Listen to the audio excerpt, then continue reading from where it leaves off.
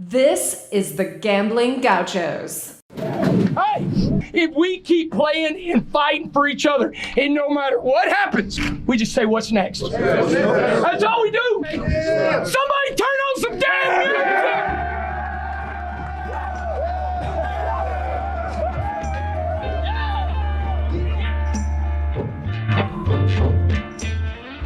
music! You're listening to the Gambling Gauchos. Talking Texas Tech, betting on the Big 12 and beyond. We've got everything you need: money lines, memes, and matadors. Well, you want to quit, Ethan? That'll be the day. Now, here's Kyle Jacobson and Rob Bro, the Moneyline Matadors, the Casino Cowboys, the Parlay Picadors. You see, in this world, there's two kinds of people, my friend. Those with loaded guns, and those who dig. You dig. With the Gambling Gauchos. Oh, and one more thing. It's all West Texas. It always has been.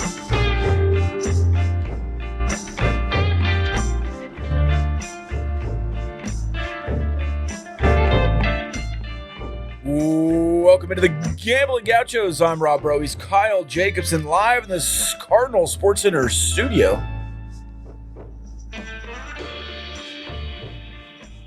Cardinal Sports Center, where you can gear up for anything you need to gear up for. Texas Tech baseball, the upcoming football season. Maybe you're traveling for Texas Tech football and you want everyone to know that you are a Red Raider. You can get all your Texas Tech athletic gear at Cardinals Sports Center. Anything you need to do this summer as well. You can get it online, mycardinalsports.com, or in person right outside the Loop on Slide Road. Kyle, how you doing, man? I am excellent. Good. Why is that funny? You just short and sweet. You're excellent. Yeah. Let me get back into it. Hey, this is Dave Campbell's Republic of Football episode as well. We always are. We love those people over at Dave Campbell's, the Republic of Football. I'm excited to listen to some of the other spring game recaps. I saw the Baylor guys tweeting about theirs. I saw the TCU people tweeting about theirs this weekend. So excited to see what everyone else thinks about the spring game. Texas Tech also had their spring game. We'll talk about it a little bit today. I think we'll do baseball first and then recap the spring game just a little bit. We'll have a deep dive. Later in the week, we'll also talk Tyree Wilson today. But baseball-wise, another series win, not a sweep. You lose the third game again. You had a real opportunity this weekend to take a large step in the Big 12. Instead, you took a medium step. Thoughts on that, Kyle? Yeah, that's basically exactly how I view it. If there's any series that you point to and say you kind of expect a sweep or where not getting a sweep feels like a disappointment, it's when you get to play by and like far and away the worst team in the conference in Lubbock, and you jump out to a 2-0 lead with a lot of your bullpen available because of Molina going 7 innings in game 1. It stinks, and you alluded to it. We've been tracking results versus common opponents with Texas to try to make up for that 3-game sweep, and you got one back with the common opponent of Oklahoma State, and you're looking at it this weekend and thinking, okay, if OU can win that series somehow, then you can make up one there. If you sweep Baylor, you can make up one there, and OU did their part for sure. They get the 3-game sweep in Austin, and had you beaten Baylor, you would have made up a total of 4 games against those 3 common opponents, Oklahoma State, Oklahoma, and Baylor. And instead, you matched UT's result against Baylor. And so you don't take a step back. I mean, you gained in the standings, and it was a decent weekend from that respect. But, you really wanted that sweep, especially because you didn't get it in Norman. And so going 4-2 in those two series feels like a slight disappointment. And now you almost look around, and Texas is certainly still a contender, but Oklahoma State finishes off a sweep in Lawrence, and West Virginia sweeps in Morgantown against TCU. And so I think you've got, at this point, 4 or 5 legitimate conference title contenders. And I think you're in the mix there, but you could have really, like you said, taken a really big step had you been able to complete the sweep against Baylor. Yeah, and Texas got swept. If I would have told you there were 3 sweeps this weekend and Texas Tech wasn't involved in one of them, I think at least I would have been very surprised. Yeah, and the way the standings shape up now, I guess it's good and bad. We thought that we were playing the 4 toughest opponents in the first 4 Big 12 series. Yeah. And then OU kind of wasn't what we thought they would be. And West Virginia now looks really good. Kansas State looks far more formidable. And so you kind of, in that respect, like that those 2 teams, Kansas State and West Virginia, are ahead of you in the standings, and you control your own destiny there in 6 total games against those 2 squads. The downside is, you kind of went through what we thought was a gauntlet, went, I think, 4-5 in that stretch before the OU series. Now it's like, okay, now we got to go on the road to Manhattan, on the road to Morgantown.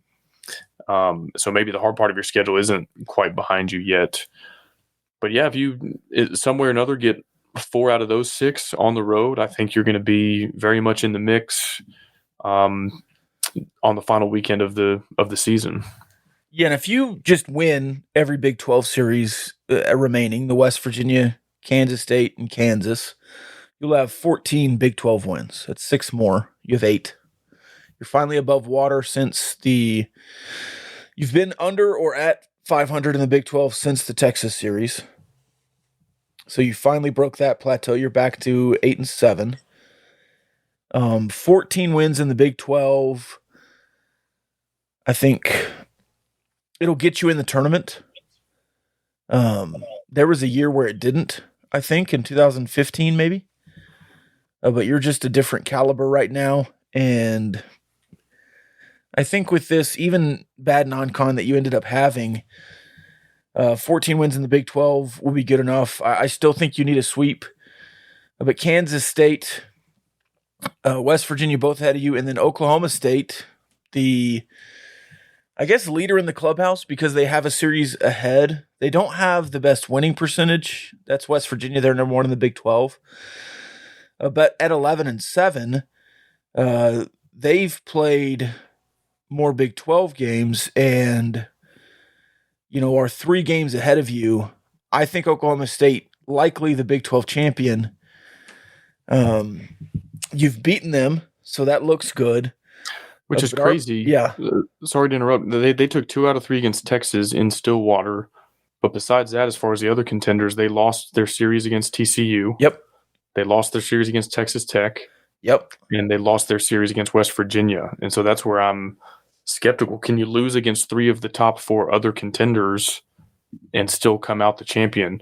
Yes, you can if you sweep, Baylor, Kansas, and kind of rack up all the wins that way. But that would be a little bit strange to me if Oklahoma State does win and then like teams 2, 3, and 4 potentially are teams that they lost to 2 out of 3. Yeah, and they only have 2 Big 12 series left. They're a series ahead. And that's Kansas. Let's see where they are. Kansas State in Stillwater and Oklahoma on the road. And sometimes they play those neutral site. They hosted Oklahoma in a midweek non-conference game last week and destroyed them. Yeah, 19-8. But of course, midweek you take with a grain of salt, given the pitching depth there. So yeah, I don't know. They certainly could, and I don't know. If you just blindfolded me and asked me to guess the Big 12 standings, I wouldn't think that they'd be in first based on everything I just said. But sure enough, they are at this juncture. And West Virginia and Texas still haven't played. That'll, of course, be a very consequential series. And West Virginia, Texas Tech, of course. So, yeah, I think a lot of it is actually in the Mountaineers' hands. If they were, of course, looking at it mostly from Texas Tech's vantage point. Yeah. But West Virginia's probably looking at those and saying if we can win both of those series or get 4 wins somewhere or another against those 2 opponents, they could be looking at having series wins over all 4 of the other Big 12 title contenders. That was a type of series late enough in the season where it will either break Texas or put them on an absolute tear. We'll have to see what happens. They do have a schedule remaining that is a little bit, I guess, more forgiving, maybe you could call it. Of course, in the Big 12, I have no idea anymore. I really don't. And as you outlined, it could be that West Virginia and Kansas State are just two of the best teams, and we kind of slept on them a little too long, thinking they would fall off. Now, I've been respectful of West Virginia. They did not have J.J. Weatherholt for a couple of weeks. He came back this weekend. It was huge. And it's hard for me to believe one player is that big of a difference, but it certainly does feel like they are a much different team with him at second base. When thinking back, I guess we had warning signs. They were the first Big 12 team to win a road series this season. And even just last weekend, maybe weekend before, they go to Stillwater. And Oklahoma State, just not to beat this dead horse, they are so up and down this year. They're feeling disrespected when we put them at number 2 in the power rankings. And then next weekend, they're like, we want to fire the coach. Then they lose a home series to West Virginia, and now they're atop the Big 12 standings, just like the most up and down team, I think, in the conference this season. But yeah, I think it's fair to say at this point, there are no elite teams in the Big 12. Now, I might change my mind on that if West Virginia wins 5 out of 6 against Texas and Texas Tech. But there's a ton of parity. And even teams like Oklahoma, who I think have been disappointing and living just, one step above Baylor for most of this season. Okay, well, they took 2 out of 4 against Stanford. They just swept in Austin against a team that's been number 1 in the conference all year. And even Baylor, as bad as they are and as much of a rebuild job as that is, they've been a thorn in a lot of teams' sides, even if it's not resulting in W's. I think they had 2 one-run losses to Texas. They were actually a couple plays away from sweeping that series. And so there's no, really just bad team that's just a cakewalk either. So interesting dynamic in the conference this year. Usually you have 3-ish teams that have realistic hopes of going to Omaha.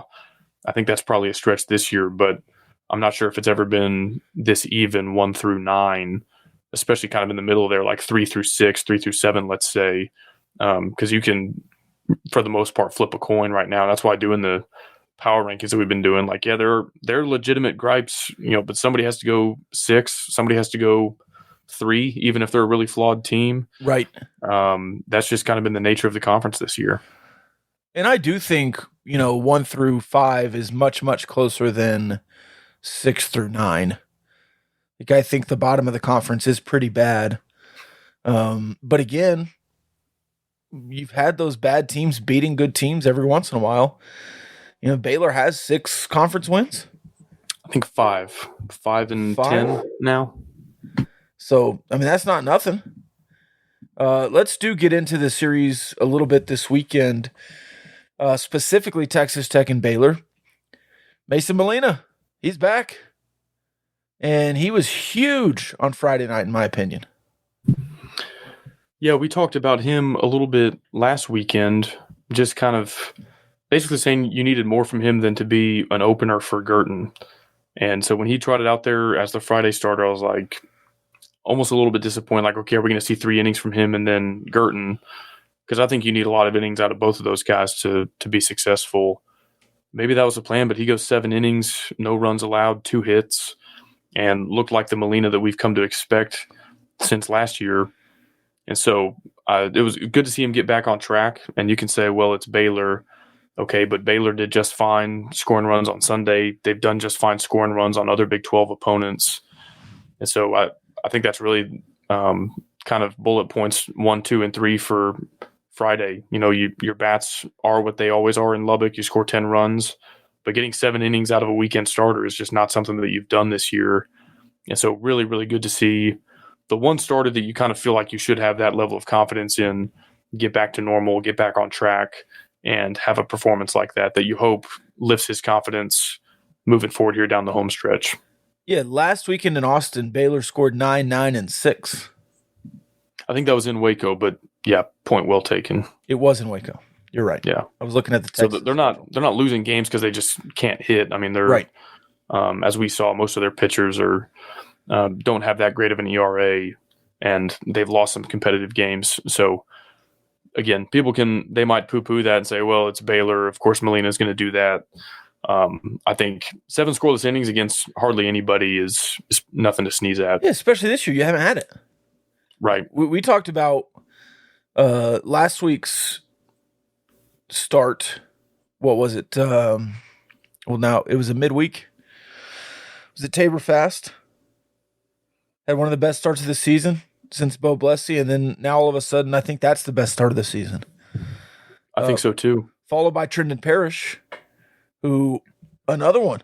And I told you, I don't remember if you remember, but I said going into the Baylor series, the perfect setup, okay, for your pitching is to not need Beckel, for Molina to go 7, control that game without Beckel, have Beckel close Saturday, be prepared for that, and then in game 3, you have Gurton to come in after whoever starts.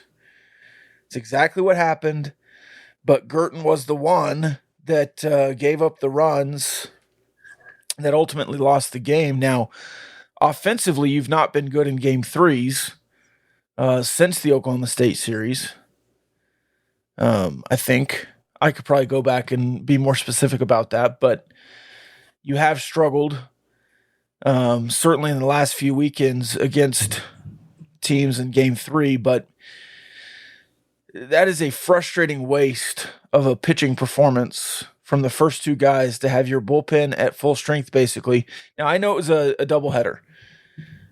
If you would have played again today, Beckel would not have stayed in that game. I think you would have pitched an inning and you would have gotten him out quicker, and he could have pitched again Sunday. You probably have a guy from Friday who can come back. You might not have to leave Gurton in to give up, but he did it all in two at-bats maybe, the damage. So, I don't know. It felt like a waste to not sweep there, especially after your first 2 games were so flawless pitching-wise, in my opinion. Well, I'll be honest. I mean, I don't think a lot of guys can make a living betting against Tim Tadlock, Right. But I don't know why you trot Beckel out there at all on Saturday. You had run support. You had, a pretty decent lead there.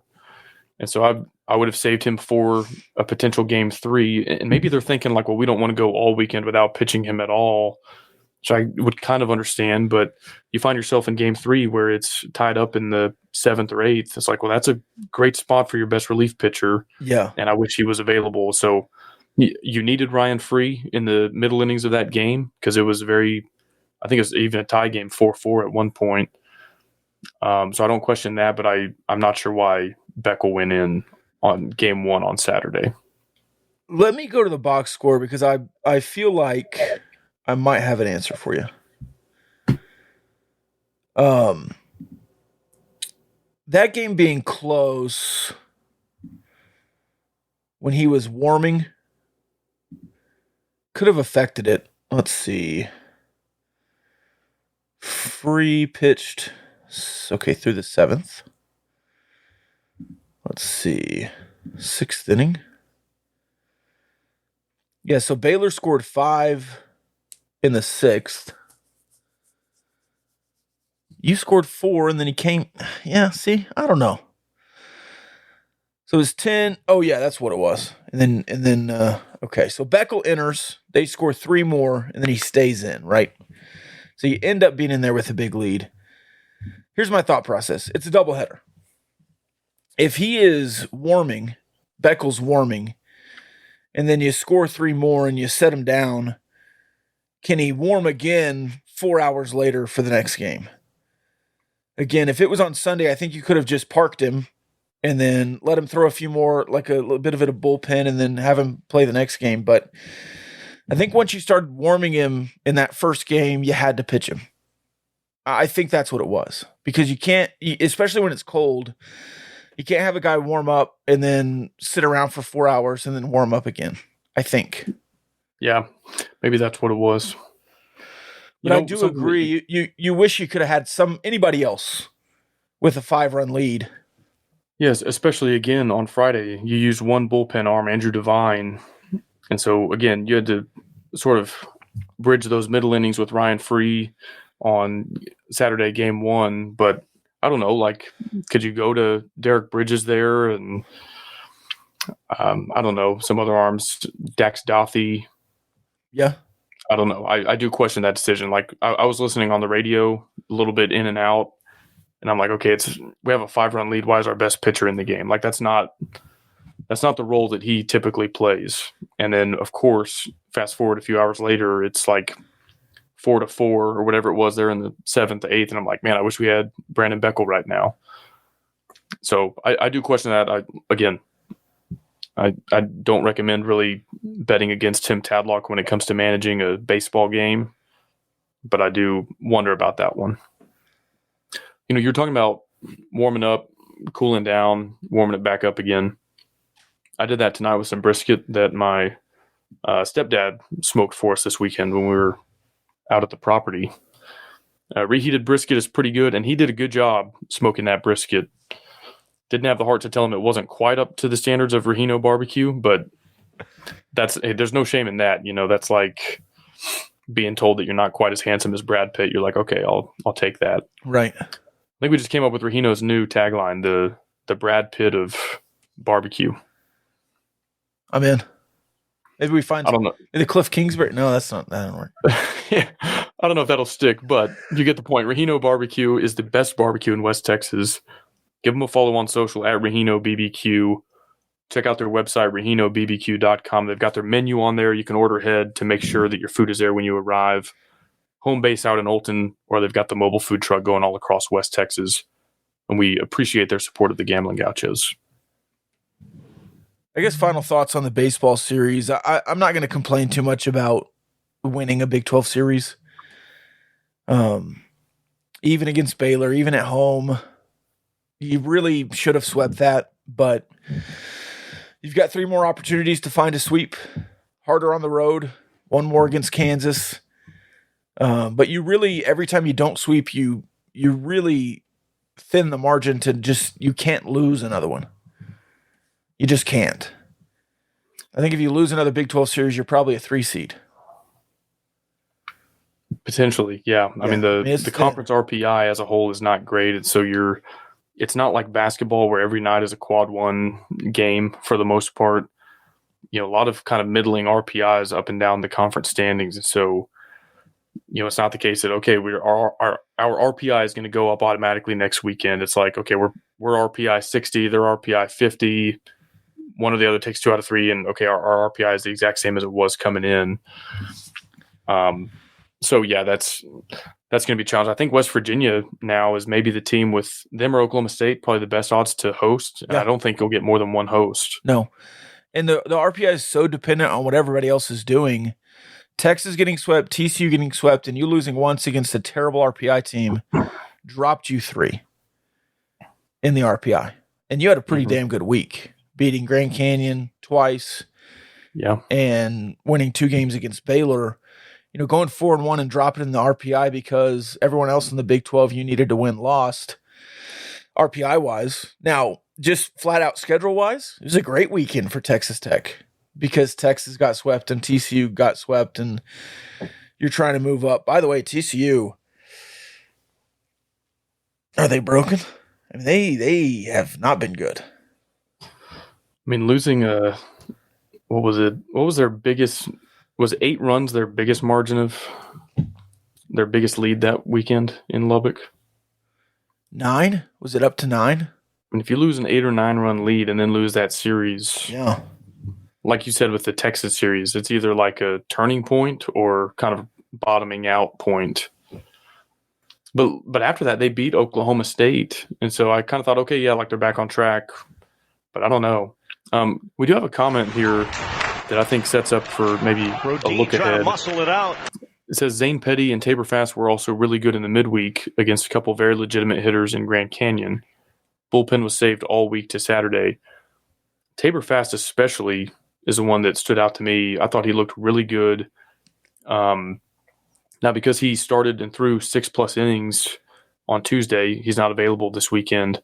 But with only 1 midweek game this week, I wonder if he doesn't start and if they try to work him back into the weekend rotation, either as a true starter, an opener, a long reliever after an opener. I wonder if he's kind of earned that opportunity. And so, of course, if he gets the start against Abilene Christian, then he won't be pitching next weekend.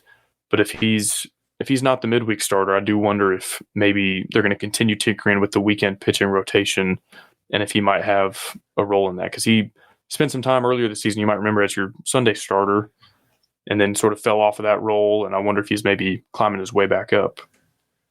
Yeah, you don't have multiple midweeks again. So the time to move Tabor Fast back to Sunday would be now. I think you've pretty much settled on Molina on that Friday night role. And if you're in a regional as a 3 or a 2, you have to win game 1. Molina is your best pitcher, best starting pitcher. And I think you've set up for a regional with him on Friday, and he'll be in that role. And then Trendon Parrish has looked very good his last 2 or 3 starts, even since TCU pretty much, maybe up and down a little bit, but he's looked very good on the weekend as a Saturday guy, game 2. Now, if it does work out that way and you win game 1, he would pitch against the 1 seed in the regional. But if Fast is your third guy, I think this weekend would be the weekend to put him back there. And then you have, whoever else pitch against ACU this weekend. Now, they're not bad. They're credible. Right. Not incredible, but they're credible. I think their RPI is pretty close to yours, right? Like 60-something? Yeah. But Zane Petty has also been, pretty good. Well, I can't help but wonder with Bo Blessy. Now, he's healthy enough to pitch because we saw him in Norman. Did not see him this weekend, correct? Right. Not really a spot for him. I wonder, is it the craziest thing to think that he might be your midweek starter as you start to see if he can maybe build some stamina, get some experience back in a spot that doesn't matter as much? Because, again, I think your RPI at this point, you cannot build it back up to a regional host level. Like, right. To me, your chips are all in on either winning the Big 12 or not. And so does Bo Blessy become your midweek starter the rest of the season to get him some pitches? And maybe he, by the very end of the season, is like starter number 3 for a regional weekend or something.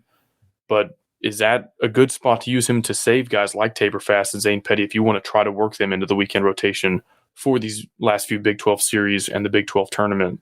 Because I think if Bo Blessy can round out into starter number 4, even if he can't go 6 innings scoreless like he did against Gonzaga, whether due to health, conditioning, if he's starter number 4 in a long regional weekend or something, I think you could do a lot worse than that. And so maybe you focus on finding 3 starters and everything for the Big 12 series these last few weekends of conference play and let him kind of take the reins every midweek.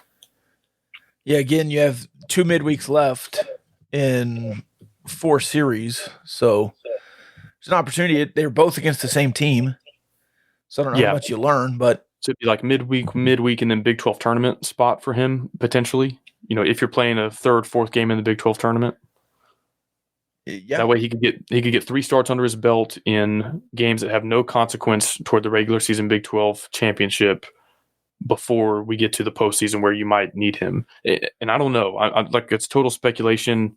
I'm kind of obsessed with the concept of Bo Blessy, and like people who know more than me listening to this might be like, hey, he's not pitching this year. Like, get over it. Right. But I'm like, okay, well, why did you put him out there for an inning against OU if like we weren't going to try to work him back in some way? Yep. And again, he might not get back to that form we saw against Gonzaga in the first weekend, but I can't get it out of my head. I can't quit thinking about what he might become.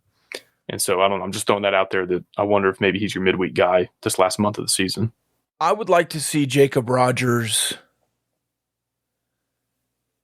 with no thought that he's going to go more than 2 innings.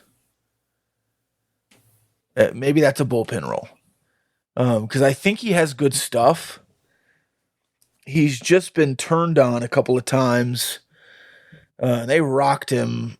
Was that in the 3rd inning? They rocked him a couple of times back to back and he got pulled. But once through the order, he looks pretty good. So maybe if he gets put in the bullpen and he's in a position, or He didn't throw too many pitches. He could probably be in the bullpen this midweek, but you probably won't have him since he pitched on Sunday. I don't know. Yeah. I'm also fascinated with Bo Blessy because I think he has the best stuff on the team.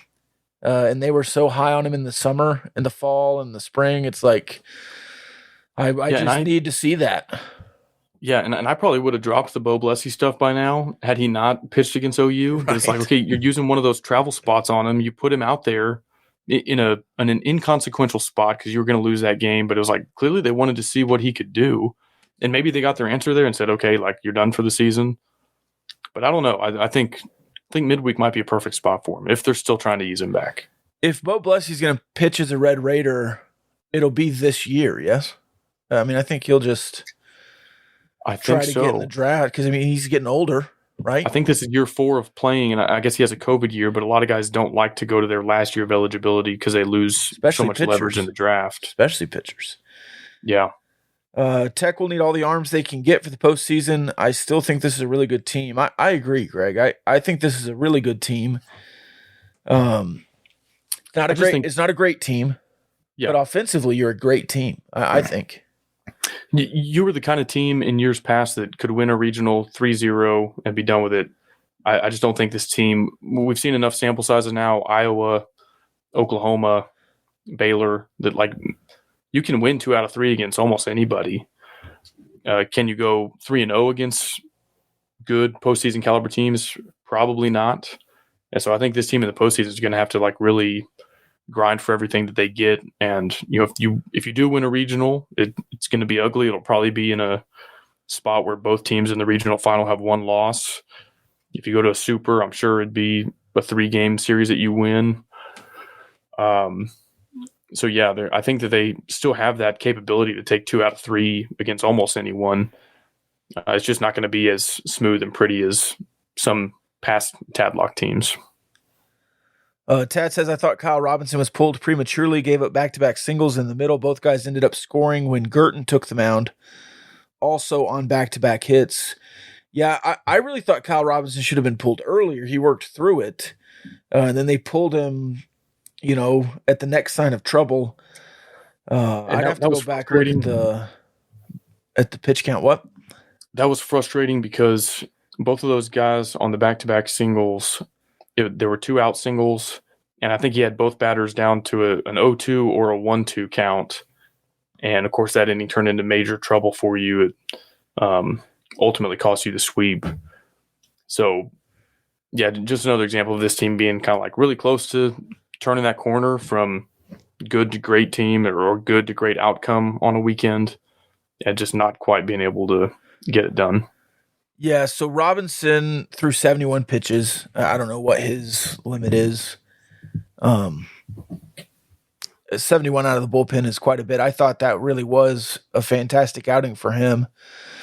And I think it was, I guess it was Keith, the oft-referenced Keith Patrick from the Dinger Derby podcast, RedRaiderDugout.com, the foremost authority on Texas Tech baseball.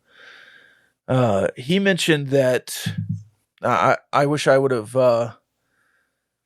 looked at this before, but I think Kyle Robinson gave up, 10 runs through 16 innings or something in his first 16 and has given up 1 in his last 10 or 15 innings. So he's really, really whittled down that ERA now. He gave up the 2 technically from Girton's watch, but he's been very good, I thought. And you need him to continue to be that Kyle Robinson, the one that showed up at A&M, the one that showed up against Baylor, and to have that kind of guy to go long and save a bullpen is really, really important in the regional. Absolutely.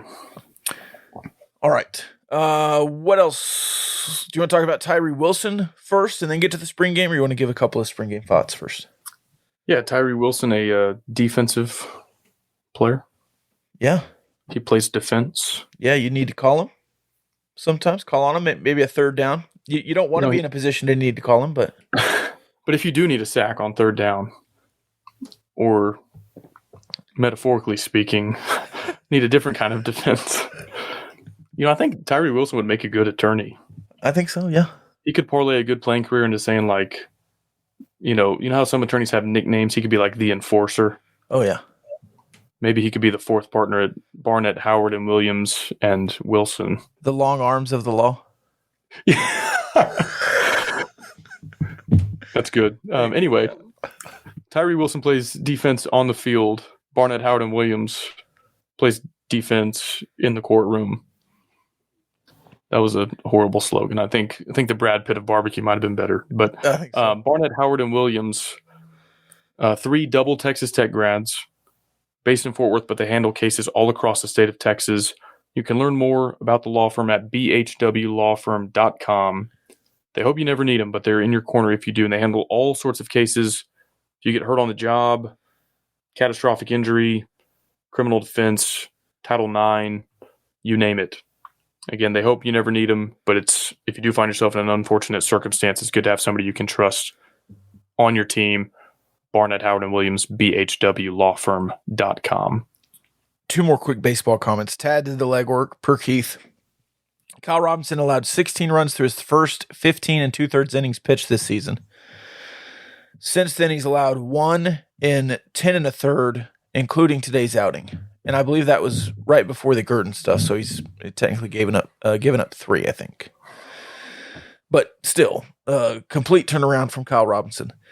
And then Greg says, if Tech ends up a 2 seed and if the NCAA committee doesn't revert back to last year on the bracket, which looked like it was from 2015, then Tech does have a good chance to get to a super. Yeah, and all that is all about where you're placed. And we won't know that till we get there. Hopefully it's not that Arkansas regional, because that would be an absolute buzzsaw. Yeah, and I'm really curious to see how the seeding goes. Texas Tech might be the team in the country with like the largest discrepancy between their top 25 ranking profile and their RPI profile, or where they're seated by the committee. Because you were ranked number 16. And of course, there's a million.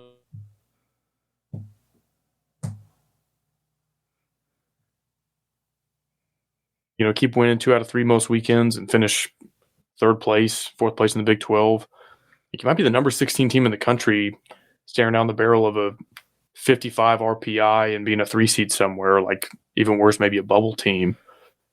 So I don't know. There's always teams in basketball and baseball that have like a great net ranking or great RPI that maybe don't actually look that good to the selection committee, or vice versa. And so you might be one of those teams like, yeah, you don't want to go to the Fayetteville regional, but also I don't think any regional host wants to see you as the 3 seed. They're like, yeah, crap, we got the number 16 team in the country as the 3 seed in our bracket. Like, that's horrible. So I don't know. I'm really curious to see how that shakes out. Yeah, and you need TCU in Texas to win some games. But not too many. Not too many. TCU, I guess, could win out if you win out. You just need to stay ahead of them. Yeah, I was thinking for that TCU Texas series, you might be like rooting for the Frogs to win 3, but with Texas getting swept at or by OU, I don't know. Now I feel like I just want one team to win 2, and nobody get the sweep. TCU to win 2, I think. I think that's probably what you would want. Can they both lose all 3? You got to handle your own business for any of this to matter. So you got to win some games in Manhattan and Morgantown. And I think the point is you don't quite control your own destiny like you've had in the past. Thank you for tuning into this episode of the Gambling Gauchos. If you would like to hear more really incredible segues to ad reads, Tyree Wilson draft prospects, or some spring game thoughts, and of course the Diversified Lenders mailbag, you can head over to the Dave Campbell's Republic of Football podcast feed, where the rest of the episode is housed. Moving forward, you can look to see every episode there on the Republic of Football feed. And as always, you can follow us on social media at Gambling Gauchos on any social feed, or on youtube.com/@Gambling Gauchos. That's an @ sign. And as always, love y'all.